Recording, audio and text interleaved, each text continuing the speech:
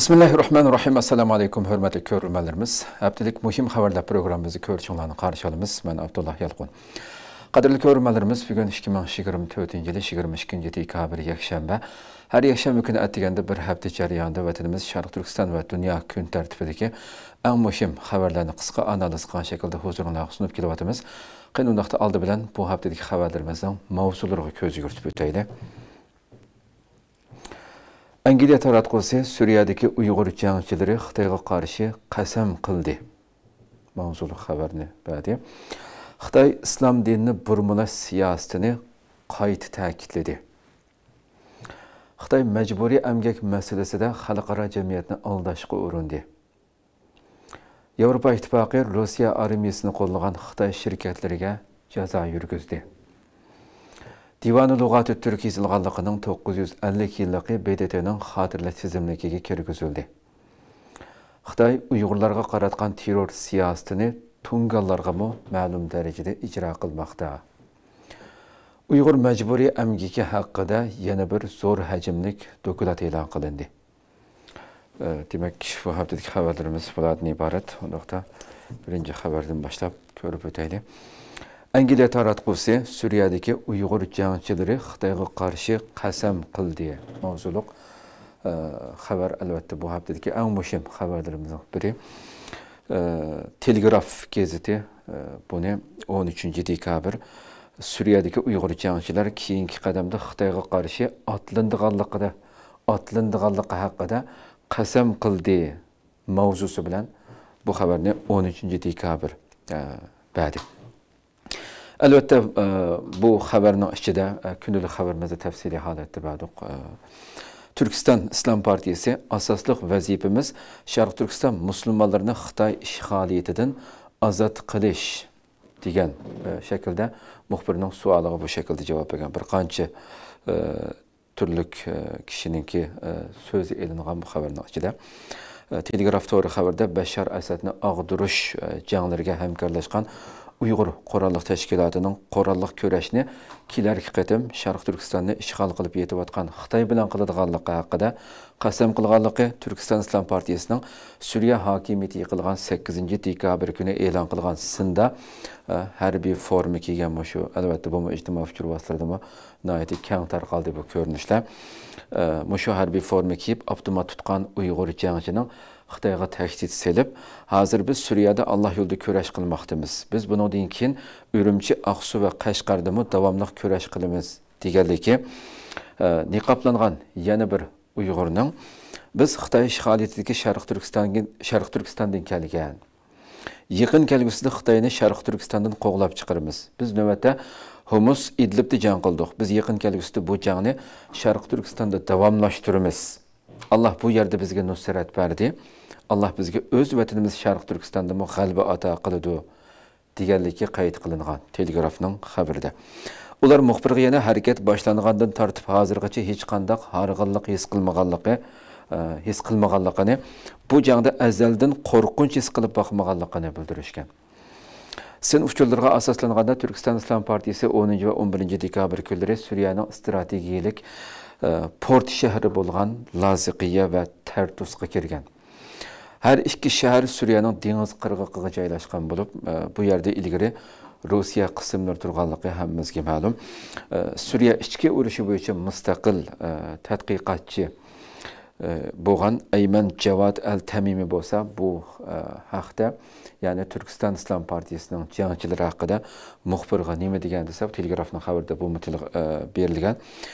Suriya qo'zg'olonchilarining g'alabasida Turkiston Islom partiyasi belgilik rol o'ynadi degan ifodani bildirgan. Bu ko'rinishlar jangdan qaytib Suriyaningki tamamen Bashar hokimiyatining og'dirilgandan keyin Idlibga qaytib kelayotgan ko'rinishlar bo'lsa kerak, xatolashmagan bo'lsam. Atalmış Uyg'ur Abdunum rayonlik hukumatning axborot bayonotchisi bo'lsa, bu ikkisining nihoyatda bir-biriga udlik gap qilganligi albatta diqqat qo'zg'aydigan nuqtaning biri. Telegraf gazetining xabari bilan ikkisini munosabatlashtirgan vaqtimizda bu yerda Shugushan Sumruq televiziyasining Sumruq to'rining maxsus ziyoratini qabul qilgan bu maxluq hammamizga ma'lum. Her daim bütün təşviqatının ən beşidə durub, tətür təşviqatının numussizlikninki barlıq türlərini icra qılayotqan məxluq hamdı bu. Qılçilik, numus tuyğusu bolmağanlıqdan bütün axbaratlarga hazırgıçı vətənimizdəki barlıq ziyarət qılğan hər qandaq bir axbarat organlarına vəziyyətini, Şərq Türkistandakı vəziyyətini qandaq burmalayotqanlığını sanaqsız qitim kördük bu nəmdə. Bu ziyarətdə Xitay müxbiri onun da şuna soraydı, həm də Sumruq torunun müxbiri. O'rta Sharq vəziyyəti davalğıb turğan bir vəziyyətdə Şinjanның növbətdəki muqim halətini davamlıq saqlab qalğalı bulamdı deb sorğan. Bu şu Güşan bununla cavab verib, Şərq Türkistanda 2016 yıldan buyan heç qandaq terrorluq vəqəsi yüz verməyənligini, amma bununluq bilan uxlab qilishqi bolmaydiganligini, ətrafdakı terrorluq güclərinin aktiv halətdə turuyotqanligini, ularning turli amallar bilan qayta singib kirishga va Şərq Türkistanda qayta afat tug'dirishga urinayotganligini. Bu sababli terrorlikdan mudofialanish va zarb berishning intayin muhim ekanligini da'vo qilgan bu numussiz. Deydi ki 2016 ya sen milletninki qalam turashchaqliq pichoqlarga zanjir savagan to'qi yurak maxluqlar. Qanaqasi oldu yani? Biraz numus qilishni bilmaydi hamdi. Bilgan dunyoga hayvi qilayotgan bu numussizlar. Yani şu derecede qamal qilib, oshundaq men menda dunyoga patmayapman deb dunyoga osmonga pichoq etayotgan bu maxluqlarning qanchalik qo'rqinchli ekanligini bütün dünyadaki axbaratlar, sinlik, videoluk, resimlik, sanaqsız xabarlar, hüccetlik filmler işlerini qo'yamdi. Bu derecede numussiz hamdi. Yana o'shunda turib, yani qancha qo'rqayotganligini qarab qo'yaylik. Bu bayonotchining atalmış terrorlikqa qarshi turishni qayta ta'kidlashi dal shu mezgillarda ve O'rta Sharq vaziyati bilan Sharq Turkiston vaziyatini bir-biriga bog'lab turib, yana o'zining navbatda qilayotgan bu numussizlarcha bastırış siyasetini yani aqlash uchun bu ifodani ishiltishi diqqat qo'zg'agan nuqtalarning biri deb qaralmoqda. Xo'sh, yana bir xabarimizga kelsak, Xitoy islom dinini burmalash siyasetini qayta ta'kidladi. Albatta qadrli ko'ruvchilarimiz, har doim, har kundagidek bir hafta bunga o'xshaydigan xabarlar siz bir haftalarni o'tkazmadik. Davamlıq shunchavala dafsandichilik, yani islom dinining yani hiçbir narsani qo'ymagan vaziyatda yashayotdi xalqimiz desak, hargiz mubolag'lashtirgan bo'lmaymiz hamdi. Xalqimiz vatanning ichida yani shu bu atalmış öməklarni akaga vaqtida yolg'ondan namoz o'qiydigan bir sahnlarni hozirlaydi Xitoy hamdi. Buningdan boshqa vaqtda xalq o'zining masjidlariga, jamilarga kirib xotirjam holatda namozini o'qiyamaydigan bir vaziyatga aylantirib o'tgan bir holatda bu numussizlar yana to'xtamay, xuddi bu dinning nemisi qolganda hamdi yani. Yani texmbek xuddi Xitoychilashtirilmay qolgandek, yani bu dinning yani jamiyatda ko'rinib turgan bir holatini yo'qotmay qolgandek xuddi yana davomli bu holatda safsatlarni setishi insonni haqiqatan bu nejis malullarniki qaysi darajada axloqsiz, numussiz ekanligini ochiq ko'rsatib turdi hamdi.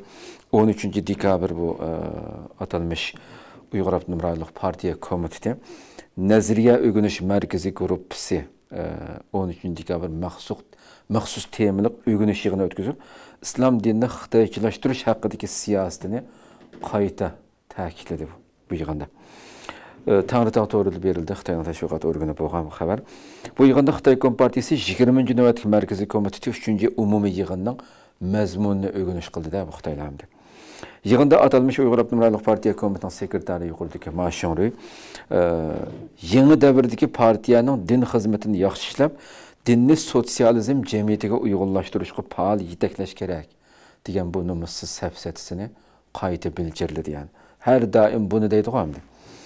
Yig'inga qo'rchoq amaldorlardan albatta Erkin Tunyas, Sumrat Ubul, Nurlan Abilmajin qatorliq bu Xitoyning qo'rchoqlari yana bu yerda nima deb har doim safsatisini yana nima deydi? Dinni xitoychilashtirish yo'nalishida ching turish kerak degan temada hammasi ayrim so'z qilgan.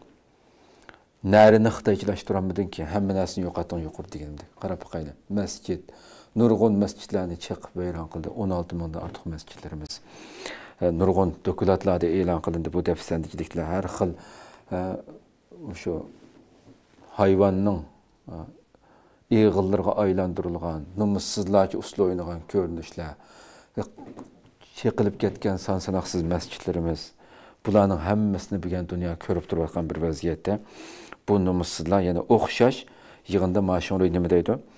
Sharq Turkistonning navbatdagi ahvolini butunlay burmalagan shaklda din ishlarini idora qilish iqtidorini davomli o'stirib, partiyaning diniy e'tiqod erkinlik siyosatini to'liq dal joyida umumyuzlik izchillashtirish kerak. Ya bu kadar numussiz ya. Bu so'zni qarab bakın diniy e'tiqod erkinligi siyosati. Erkinlikni qo'shib olgan gapda bu yerda. Diniy e'tiqodni tamamen yo'q qilish siyosatini deb tushunish kerak bu aslida. Ya'ni bütün yıldızdan qurtib tashlash uchun harakat qilyapti ekan. Ne erkinlik bo'lsin bu yerda. Yuqori deganimdek yani ishg'oliyatdan buyon qarab baqayli shu masjidlarning ko'rinishlariga.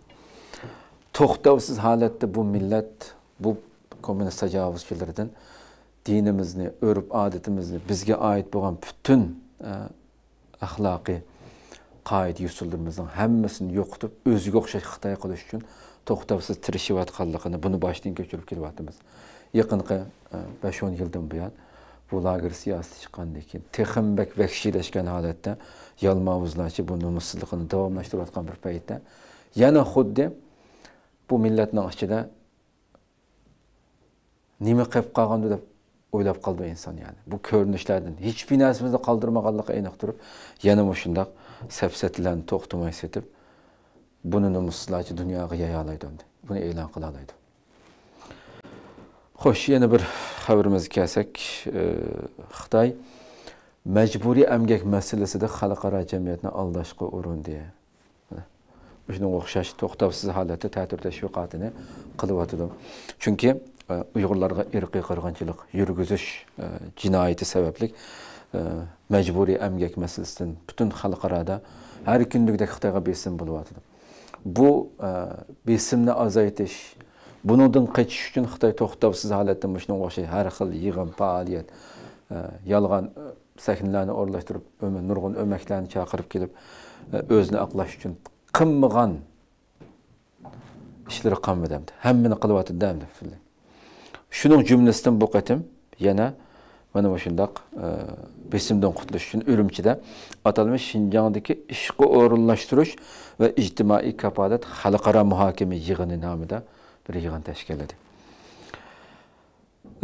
Bu yig'inda yana bu Mashonli degan maxluq bu yerda atalmish Uyg'ur Abdunum rayonining Qo'rchaq raisi Erkin Tunyaz 15 dekabr Urumchida echilgan mazkur atalmish Xinjiangdagi ish qo'llash va ijtimoiy kafolat xalqaro muhokama yig'iniga qatnashishga kelgan bo'lishadiki, Xitoy va chet ellik mehmonlarga so'z qilib, bular bilan ko'rishgan hamdi. Yana shu o'zini aqlash siyosati bu yerda o'tirib qo'ygan. Mana shunday yig'inda biz xalqning baxtli turmushini eng cho'ng kishilik huquq deb bilib, ya'ni bir insonning buni o'qisimi bir ko'ngilishida bu darajada numussiz. Eng cho'ng kishilik huquq deb bilib, har millat ommaning barobar ish ko'rilishi, emgakchilarning qonunlik huquq manfaatini qonun bo'yicha kafolatlantirdi deb belgiladi. Mana shunday. Yig'inga 44 davlat, rayon va xalqaro tashkilot vakillari, Xitoyning aloqador ministrlik komitetlari va apparatlarining mas'ul amaldorlari qatnashgan. Bu ayning 5-da Angliya xabar kanali, buni albatta esinglarda bor deb qaraymiz, BBC'da Uyg'ur majburiy emgakka chetishlik bo'lgan sho'xli mahsulotlarining Yevropa bozoriga to'salg'usiz kirayotganligi haqida xabar e'lon qilgandan keyin Xitoyning Sharq Turkistonda Uyg'ur qatorliq turkiy xalqlarning majburiy emgaksizlik jinoyati qaytadan dunyoning diqqatini tortgan dedi. Buni keyindan buni o'rlashtirishimi albatta diqqat qiladi. Xitoy miyada oninga qarshi buni o'tirib qo'yapti demdi. Mushundaq bir vaziyatda echildi bu yig'in. Xitoy Sharq Turkistonda Mashinlining bildirlashlarining aksicha terror siyosatini ijro qilayotganligini dunyo xalqimiz albatta eng yaxshi bildi. Butun dunyomi bu ta'tir tashviqotlarga ya'ni tükürüp qo'ysa to'g'rildi asli. Tükürüp qo'yganlar ko'p qoldi. Ya'ni shuncha bola hech kimni ishondirolmaydiganligini bilib tursin Xitoy. Yani bunchavala qilgan rezilliklarning oldida nurg'un yani narini yapsa, yani 10 yerdan bir yerni yapsa 10 yerdan teshib chiqadigan darajada jinoyatlar o'tirib turgan bir mezgilda bu ishlarni to'xtovsiz holatda yana davomlashtirishi, ta'tir tashviqot uchun butun kuchini chiqarib harakat qilishining hech qanday bir natija bermaydiganligini bilsimi buni sizlar o'xshash shaklda davomlashtiryapti. Xo'sh, yana bir xabarimizga kelsak, Xitoy Uyg'urlarga qaratgan terror siyosatini tunganlarga ma'lum darajada ijro qilmoqda. Albatta, qadrli ko'ruvchilarimiz, buningga o'xshash bo'lib o'sha yaqinqi yillarda ko'p ko'ryapmiz. İlgari Uyg'ur xalqi fojialik shaklda tatgan har jihatdan diniy jihatdan bo'lsin, mayli milliy urf-odatlarimiz masalasiga bo'lsin, Xitoy tarafidan Uyg'ur xalqi uchirgan zulmlar o'sha bo'lib yaqinqi yillarda ko'plab Xitoyning o'lkalarining ichidagi har qaysi o'lkalardagi tungan masjid va shu tunganlar o'ltiraqlashgan joylarga qandaq dafsandichiliklarning Xitoy tarafidan qilinganligini nurg'un sinlar bilan ko'rib o'tdik hamda. Bu albatta yaqinda yangidan e'lon qilingan bir narsa. Shu 15 dekabr X supsiga yo'llangan bu qisqa uchurdimi? Navbatda tunganlar yashayotgan joylarga Xitoyniki xuddi ilgari Uyg'ur imomlarni, Uyg'urlarning mahallasida, yurtlarda ko'z ko'ringan millatga bir narsa suna oladigan kishilarni yo'qotish siyosatining tunganlarning o'sha shaharlarda tunganlar yashayotgan rayonlarga kengayotganligini tushuntiradigan bir narsa hamdi bu. Mazkur uchurda Yunanning Yushi shahrida yashayotgan tungan imom Ma Yuvini Xitoy soqchilarining sababsiz tutqun qilganligi xabar qilingan. Silliq va yozma uchurlar tarqalgan shu ko'rinishlar mana bir restoranda tamoq yeyotgan bo'lib 15 dekabr tushda Yushi shahridagi restoran tamoq yeyotgan bo'lib imom tuyuqsizda puxroch kiyingan Xitoy soqchilari restoranni qurshab Ma Yuvini tutib ketgan. Va tutib ketib bir qancha kundan keyin uning dadasi, onasi, ayoli va inisini tutqun qilganda buni siz Xitoylardi. Masjid imomi va uning oilasining sababsiz qo'lga olinishi masjid jamoati va rayondagi musulmonlarning noroziligini qo'zg'agan va atrofdagi musulmonlar shaharlik hukumat binosi oldida yig'ilib kuch ko'rsatgan bo'lib, Ma Yuvining qo'yib berilishini talab qilgan. Shu ko'rinishga qarab boqaylik. Sharq Turkistonda Xitoy o'lkalarida tag'manda ishni qila olayotdi, ya'ni nima bo'lmasa, tungan musulmonlar buni qila olayotdi. Buni Sharq Turkistonning har qanday bir shahrida, rayonda bunda bir vaziyatni ko'rish mumkinmi? Tasavvur qilish mumkinmi? Yani hammasini shu filmotlar etiblam yo'q qilib o'tadigan darajada nomussiz Xitoy hamdi bu. O'ylab boqaylik. Jamoat shaklida namoz o'qigan aboy ko'rinishda bo'lgandek Xitoyga norozilik bildirib, kuzatuvchilar albatta bu xabar e'lon qilingandan keyin nurg'unlagan uchurlar ijtimoiy uchur vositida keng tarqalib o'tdi. Shu hozirgacha Xitoy butun xalqaroning besimiga nurg'un chaqiriqlarga dafsanda qil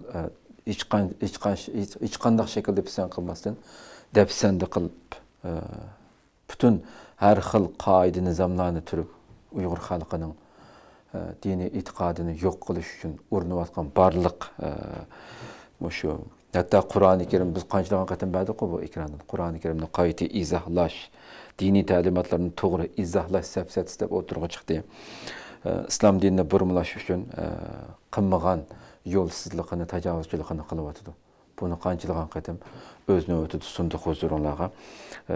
Demak, islom dinini butunlay Xitoyning ko'zdan yo'qotish uchun harakat qilayotganligini bilmaydigan dunyoda birak davlatlar, xalq qolmas kerak hamda. Faqat Xitoyningki butun bo'yinturqiga Xitoyning nimasiga tushib qolgan ba'zi bir davlatlarni hisobga olmagan vaqtida bu jinoyatlarni qancha yapsimi yapolmaydiganligini bildiriladi. Xo'sh, Divan lug'ati turk yozilganligining 950 yillik BDTning xotirlash tizimligiga kirgizildi. Albatta bu muhim xabarning biri bo'lyaptiki, Uyg'urlarning mashhur bizning xalqimizning mashhur olimi xalqimizning emas albatta butun turk dunyosiningki hurmatlaydigan hech qanday bir ixtilof yo'q-da Mahmud Qashqari masalasida. Hammasi mening olimim deb o'ttirib qo'ydigan, azizlaydigan Mahmud Qashqarining Divani Lug'ati Turk nomli asarining 950 yillik xotir kuni Birleşken Devletler Teşkilatı'na qarashli Ma'arif, Fan ve Medeniyet Teşkilatı'nın 2024-2025 yillik xotir kunlari tizimligiga kirgizildi. Türkiye'deki Yeni Şafak to'ri bu xabarni berib, Türk medeniyeti ve miras vakfi bu vaqtda e'lon qilgan bayonotni shu xabarda o'ttirib qo'ydi. Mazkur bayonotda Mahmud Qashqari tarafidan 11 asrning keyingi yerimida arablarga turkcha o'rgatish maqsadida yozilgan ensiklopediya xarakteridagi Divani Lug'ati Turk nomli asrining 950 yillik xotiri kuni BDT Ma'arif, Fan ve Medeniyet Teşkilatı tarafidan 2024-2025 yillik 2024 ve 2025 yillik xotir kunlar tizimligiga kirgizilganligi u bayonotda tilga olingan. Bayonotda mazkur qarorning Turkiya, Ozarbayjon, Qozog'iston, Qirg'iziston, Turkmaniston va O'zbekistonning o'rtaq taklifi, shundaqli Vengriya, Mavritaniya, Marokash, Qatar va Tojikistonning qo'llashi bilan chiqarilganligi bildirilgan. Bayonot yana Divani Lug'ati Turk faqat bir lug'atla emas, Türk tillarining boyligi, Türk an'analaridagi hikmatning va Türk madaniyatining jonliq yakunidir degan so'zlarni tilga olingan. Divani Lug'ati Turkning 950 yilligini tabriklash faqat bir xotirlash faoliyati emas, ya'ni faqat xotirlash faoliyati bo'lmasdan, balki mislsiz Türk madaniyatining, Türk meroslarini qo'g'dash tirishchanliklarini kuchaytirish chaqiriqidir degan iboralarga yer berilgan bu bayonotda. Albatta shu vatanimiz Sharq Turkistonda o'zimizning bu olimlarimizni tilga olib bunday faoliyatlarni o'tkazishga chidamay yo'qotib Uyg'ur xalqini qanday holatda hozirgi siyosatlarni bilamiz. Erkin holatda o'zimizning olimlarininki shu durdanlardan foydalanadigan shu vaziyatning kelishiga ishonchimiz komil. Inshaalloh o kun keladi. Yevropa İttifaqı Rossiya armiyasini qo'llagan Xitoy shirkatlariga jazo yurgizdi. Albatta Xitoyga Rossiya masalasida turli nurg'unlagan jazolar oqidan yurgizilyapti dunyo tarafidan. Buni yana bir nemasi 16 dekabr Yevropa İttifaqı tarafidan jazo yurgizilgan bo'ldi Xitoyga. Ya'ni Rossiya armiyasini Ukrainaga hujum qilgan qurol bilan ta'minlaganligi sababli bir qancha Xitoy shirkatiga ularning mol-mulkini to'g'ritish va viza cheklash qatorliq jazolar berildi. Amerika ovozini xabarida berildi bu xabar. Bu jazolash tadbiri Rossiya bilan Ukraina o'rtasidagi to'qinish sababli Yevropa Ittifoqi yo'l qo'ygan 15-qatimliq jazo tadbiri bo'lib, Xitoy bu masalada Rossiyaning urush aslahalarini to'liqlashga yordam berishda muhim rol o'ynadi deb ayblangan. Yevropa Ittifoqi Xitoyning Rossiya armiyasini sazgur uchquchsiz aeroplan zapchastlari va mikroelektronlik zapchastlar bilan ta'minlaganligi sababli 4 Xitoy shirkatini jazo tizimligiga qo'shganligini e'lon qilgan. Undan boshqa yana 2 Xitoy shirkati va 1 Xitoy savdogar Rossiyani jazodan o'zini qochiradigan uskunlar bilan ta'minlaganligi sababli jazo tizimligiga kirgizilgan. Jazo berilgan Xitoy shirkatlarining biri Xiamen Limbaxi shirkati bo'lib, Rossiya Ukrainaga hujum qilish jarayonida ishlatgan uzun musofirlik uchquchsiz aeroplanning motorini ta'minlaganligi bilan ayblangan. Jazo yurgizilgan shirkatlarning biri. Demak, bu shaklda jazo yurgizilyapti bu va bu turlik nurg'un. Va bundan keyin qanday yana ko'plagan shaklda Xitoyga bu masalada besim bo'lganligi aniq. Xo'sh, yana bir xabarimizga kelsak, Uyg'ur majburiy emgaki haqida yana bir zo'r hajmlik dokument e'lon qilindi. Albatta, bu dokument nihoyatda qattiq g'ulg'uliq qo'zg'agan bir dokument. Chunki Xitoyning nurg'un har kundagidek oshkorlanayotgan, ya'ni Xitoy shuncha vala tirishchanliklari bilan uni yepish uchun tirishayotgan bir mezgilda buning o'xshash dokumentning e'lon qilinishi albatta intayin muhim. Chunki buning ta'siri oylarcha davom qildi, yillarcha davom qildi, ya'ni. nurg'unlagan xabarlar ishlandi, nurg'unlagan hujjatlik filmlar, ziyoratlar ishlandi bu. Yani üstü-üstüge Xitayga besim bo'lgan masala albatta bu. Yani bu 12 dekabr hammamizga ma'lum bo'lgan Uyg'urlarniki ilgari nurg'un qatam har turlik dokumentlar bilan Xitoyning ko'ziga meh bo'lib qadalgan bir shaxs desak bo'ladi albatta doktor Adrian Zenes